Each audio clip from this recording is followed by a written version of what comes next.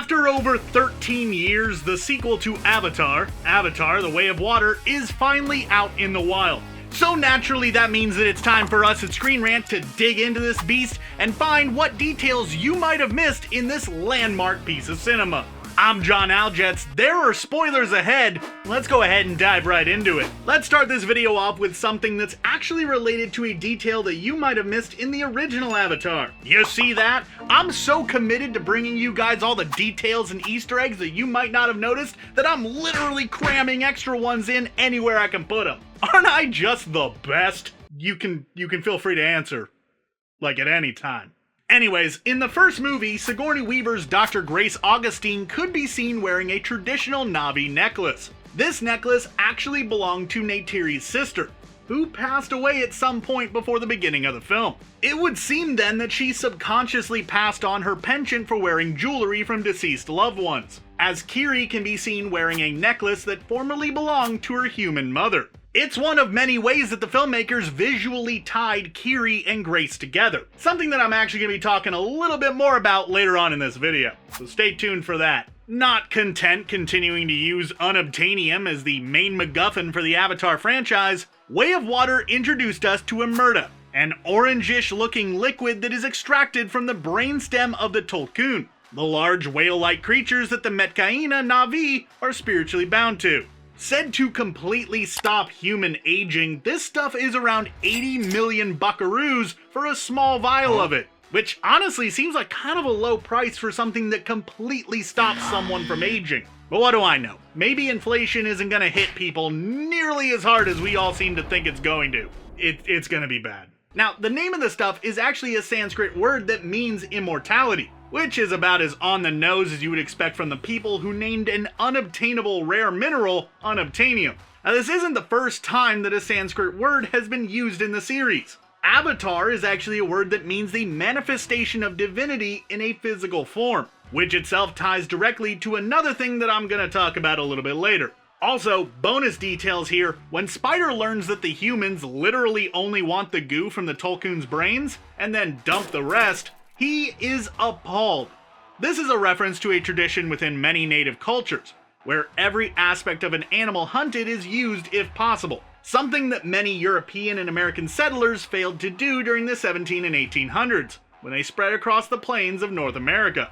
You know, only the fun stuff from us here at Screen Rant. Speaking of fun things, let's move on to something that is actually fun, because, you know, I don't want to bum you guys out too much. You know how for a long time the original Avatar was the highest grossing movie ever, only to be beaten out by this small little indie film called Avengers Endgame? Well, if you know that, then you probably have already noticed that Zoe Saldana is in both of them, in rather prominent roles. Which, I mean, yeah, that's kinda obvious. But did you know that with the release of Way of Water, there is now a second actor with a connection between Avatar and Endgame? Spider's actor, Jack Champion, was also in the history-making superhero flick. But where, I hear you asking?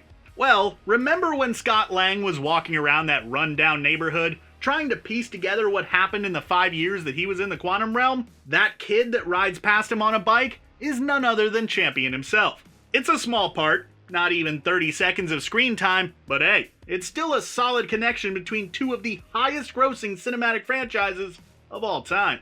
Humanity has once again come to Pandora, and brought with them a whole lot more than just some good old-fashioned corporate greed this time around. At one point in the movie, the general overseeing operations on Pandora explains to Quaritch that humanity must colonize Pandora beyond the scope originally seen in the first movie, as Earth is pretty much dead at this point. Which, like, yeah, that's a major bummer for obvious reasons, but why choose Pandora? Humans can't even breathe the air. Doesn't seem like the best choice. Anyways, this is when we learn that the name of the city in which operations seem to be based out of is Bridgehead City. Now, that is certainly a cool name, but what does it even mean? Well, Bridgehead is actually a military term, which refers to a secure position occupied by an army inside enemy territory, from which to advance or attack. You might actually be familiar with a similar term, a beachhead. This refers to something similar, but actually means a position on the edge of enemy territory from which to advance.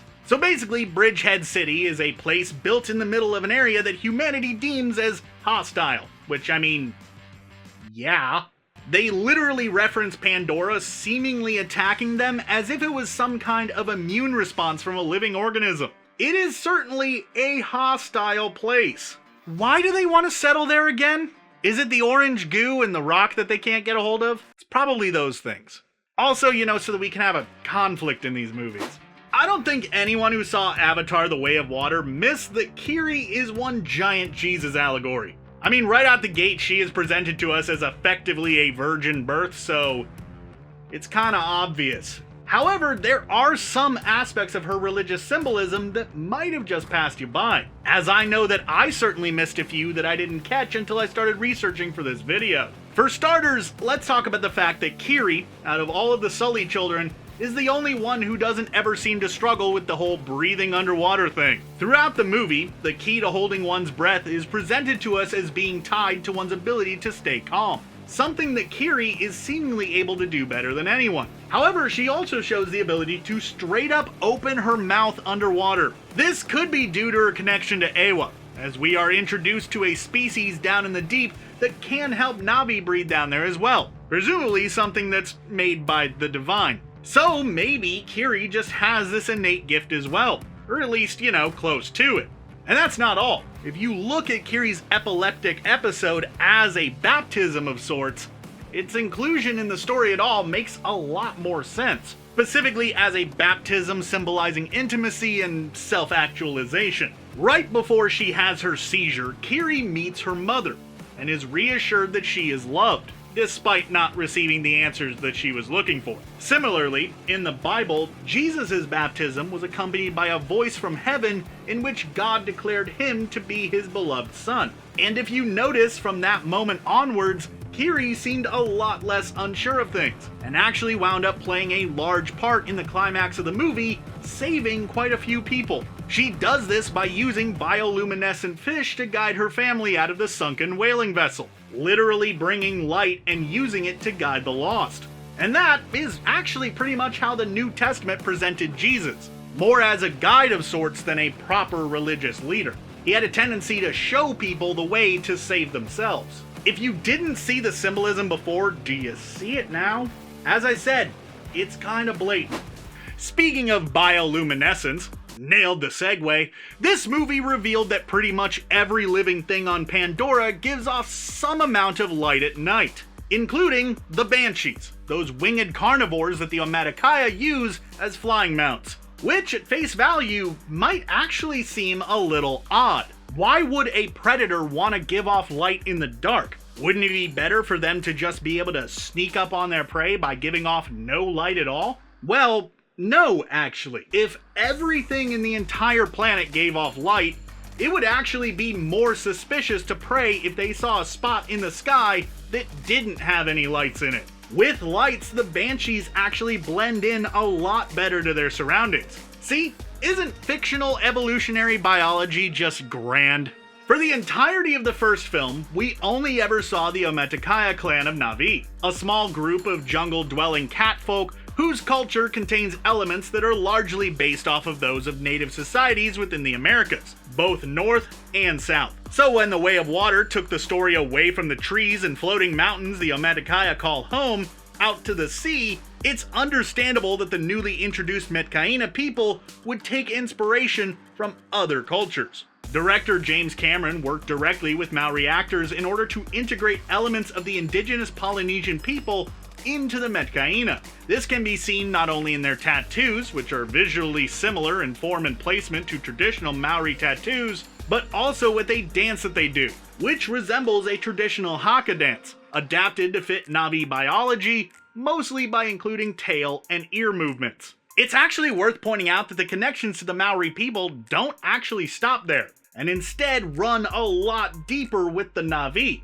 extending even into the first film as well. As when Cameron and co were developing the way in which the Na'vi speak, they actually looked to the Maori language for a lot of inspiration. So, in a lot of ways, the island peoples are linked directly to the heart of Avatar. Despite being voiced by Sigourney Weaver, a veteran actress, Kiri is basically just a regular teenager. Awkward, lanky, unsure of herself, kinda a hot mess. I'm sure a lot of us could relate to her when we were younger. Hell, a few of us might even relate to her now. However, she didn't always appear this way apparently. According to Weaver, the original design of Kiri was a lot more put together. It was actually Weaver who petitioned to have Kiri turn into what we got on the big screen. She felt that she was originally, quote, too neat and pretty, and she wanted her to have a messier design to really try to sell the awkwardness of youth. And Kiri's youthfulness was apparently very important to Weaver, who actually went back to high school in order to learn again what it's like to be a teen. She sat in on several classes at LaGuardia High School of Music and Art and Performing Arts, simply observing the way the students spoke and behaved. Though, maybe she didn't need to do that, as James Cameron once told her that he felt that she was young at heart already. Weaver said in an interview that Cameron told her, quote, "Nobody else knows this about you, but I know that you're 14 at heart anyway. You're so mature, and yet you're always clowning around, so I have no doubt that you can do this." Aw, that's actually kinda sweet. And just for the record, Weaver totally stole the show as Kiri, so I think it worked out for the best.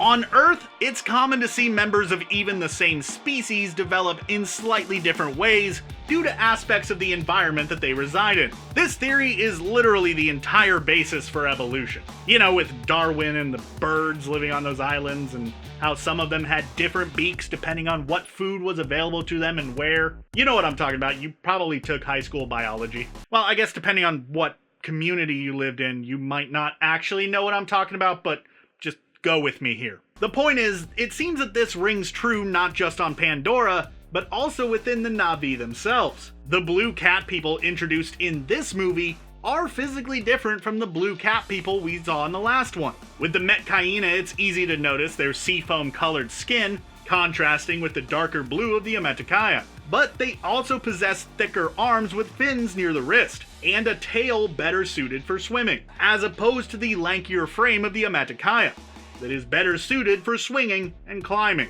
Now here's the thing, the Sully children, those born of Avatar parentage, all possess 5 fingers, an evolution. This could play into Kiri's destiny, as it's important to note that Awa, who presumably had something to do with Kiri's birth, could have just had any Na'vi sire her, and yet she chose an Avatar, meaning the child of that Avatar would have that mutation. This makes Kiri a sort of genetic bridge between the Na'vi and the Sky People. Could that be Kiri's entire purpose? The entire reason for her existence? Like a lot of things, I guess we'll just kind of have to wait and see. Here's a fun little detail that doesn't really matter at all in the grand scheme of things, but, you know, still cool. If you looked at James Cameron's filmography, you would be forgiven if you thought that the dude loved sequels. I mean, his first movie ever as a director, Piranha 2: The Spawning, was a sequel, and an absolutely ridiculous good time. I recommend sitting down with some friends and giving it a watch sometime. And also one of his most influential films, the movie that spawned an entire genre of space marine related action, Aliens, is a sequel, and my favorite movie of all time. However, Avatar: The Way of Water is actually the first sequel the director has worked on since 1991's Terminator 2: Judgment Day. As a director, I mean. He was technically a producer on Terminator Dark Fate, but that doesn't count for a multitude of different reasons. Say what you will about the Avatar films, and I'm sure a lot of you can say a lot of stuff, pretty much no one can argue against the fact that Pandora is an exceptionally pretty and vibrant place. And part of what makes it so spectacular is the sheer number of fantastic creatures that call the place home. Animals, plants, all of them are beautifully imagined and designed, making for a visual treat.